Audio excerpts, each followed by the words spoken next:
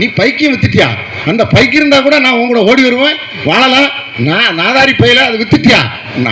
அது மாதிரி உங்களை எல்லாம் வித்தாச்சு. 1,00,000 கோடி புரட்சி தலைவர் ஆட்சி காலத்திலிருந்து ஆரம்பிச்சா கடன் 1,00,000. நம்ம எடப்பாடியார் என்ன வரும் வரைக்கும் 2 லட்சம் 3 லட்சம் தான். 10 லட்சம் கோடி கடன். ஒவ்வொருத்தரும் 5 லட்சம் ரூபாய் கடன். நீங்க எந்த ஊருக்கும் ஓட முடியாது.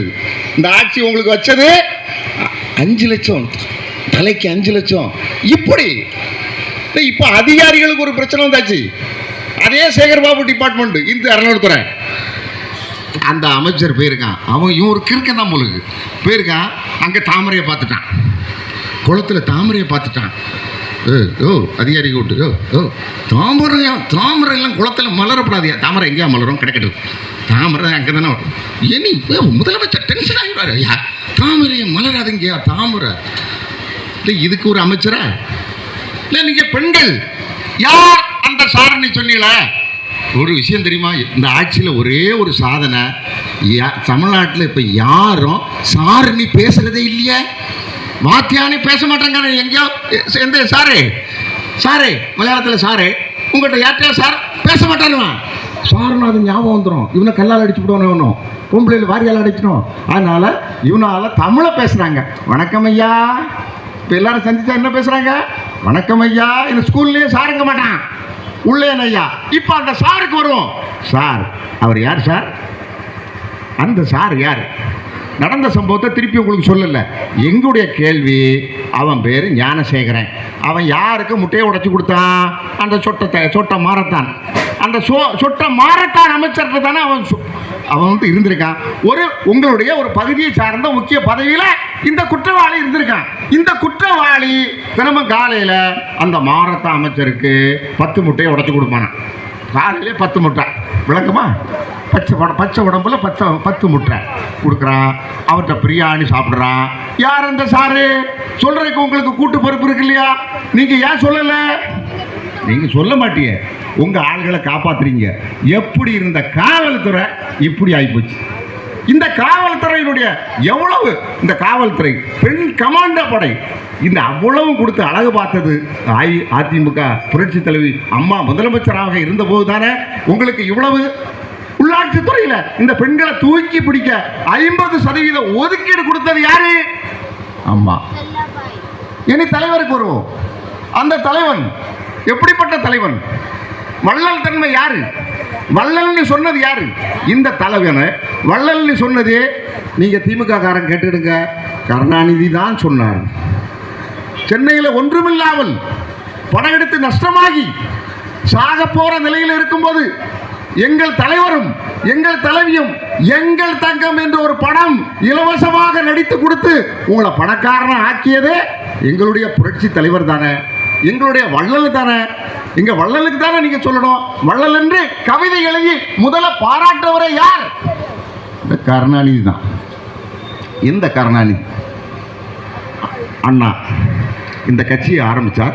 பெரியாற்றிலிருந்து வந்தார், கட்சி ஆரம்பித்தார். முதல்ல எலெக்ஷன் 57, 15, 62, 50 அப்படியே தூக்கிட்டு போறதுக்கு யார் காரணம்? எங்களுடைய தலைவர், புரட்சி தலைவர். கண்ணன், கண்ணனுக்கும் கீதை தந்த கண்ணனுக்கும் கர்ணனுக்கும் அந்த பாச போராட்டம் வரலாற்றில் காவியத்தில் முக்கியமான கட்டம். என்ன கட்டம்? கேட்பதுக்கெல்லாம் கொடுப்பான் கர்ணன். குருதியை கொடுத்துட்டான், எல்லாம் கொடுத்துட்டான். அழிக்க வந்த கண்ணனுக்கு சிக்கல் எல்லாம் கொடுத்துட்டான். தர்மத்தை கொடுத்துட்டான், எல்லாம் உயிரை குருதிய கொடையா கொடுத்துட்டான். அழுது கமர்றான் கண்ணன். இந்த உலகத்தை காத்த கண்ணன் கர்ணன் போய் கெஞ்சுறான், உனக்கு என்ன வேணும், உனக்கு என்ன வேணும் தரணும். கர்ணன் என்ன சொன்னார் தெரியுமா? கர்ணா, இல்லை என்று சொல்லக்கூடிய ஒரு உள்ளம் எனக்கு இருக்கக்கூடாது. யார் கேட்டாலும் அடுத்த சென்ம நீ தந்தா நான் கொடுக்க வேண்டும் என்று சொல்லக்கூடிய உள்ளத்தை தான், அந்த வளமையை தான் என்று சொல்ல கண்ணீரால அவனை நீராட்டினான். அப்படி இந்த உலகத்துல ஒரே ஒரு மனிதர் புரட்சி தலைவர் எம்ஜிஆர் அவர்கள் மட்டும்தான். அந்த தலைவன் அண்ணா சொல்றாரு, நீ கண்டிப்பா எலெக்ஷன் வரப்போகுது 1967 காமராஜர். நான் காமராஜர்னா நான் வேற சம்பவத்துக்கு போயிடக்கூடாது. காமராஜர் எவ்வளவு மகத்தானவர். அண்ணா காமராஜரை மதித்தார், காமராஜர் அண்ணாவை மதித்தார். அண்ணாவை எப்படி மதித்தாரோ அப்படி புரட்சி தலைவரை மதித்தவர் காமராஜர். இன்று நேற்று வந்த செய்தியை நாம் மறந்துடக்கூடாது, சொல்ல வேண்டும். இந்த காமராஜரை கேவலப்படுத்தியவர்கள் யார்? காங்கிரஸ்காரரை விட இந்த திமுக காரனை தான் கேவலப்படுத்தான். அங்கே மாணவரணியோ அந்த ஊடக செய்தி தொடர்பாளர் ஒரு பொறுப்பில் இருக்கவன் என்ன சொன்னார் தெரியுமா? காமராஜரை பார்த்து, காங்கிரஸ்காரனோ உங்களுக்கு இனியாவது கொஞ்சம் உணர்ச்சி வரவிட்டையா, சோத்துல உப்பு போட்டு தானே திங்கிறிய. என்ன சொன்னார்? காமராஜர் திமுக ராஜீவ்காந்தி என்ற ஒரு நபர் அவர் சொல்லியிருக்காரு, காமராஜர் சொந்த பணத்திலேயா கட்டுறாரு பள்ளிக்கூடத்தை. அன்னைக்கு காமராஜர் உண்மையிலே பள்ளிக்கூடம் கட்டலாம் நிறைய பேர் படிக்க முடியாது. அவருடைய திட்டங்கள் உங்களுக்கு தெரியும். அவர் சொந்த பணத்திலேயா கட்டினான்னு கேட்டாம நாங்க கேட்கிறோம், கருணாநிதி சமாதி ஏற்றடா கட்டினிய? 6 அடிக்கு எங்க எடப்பாடியார் வீட்டு வாசல்ல தானடா பிச்சை எடுக்க வந்து நின்னீங்க.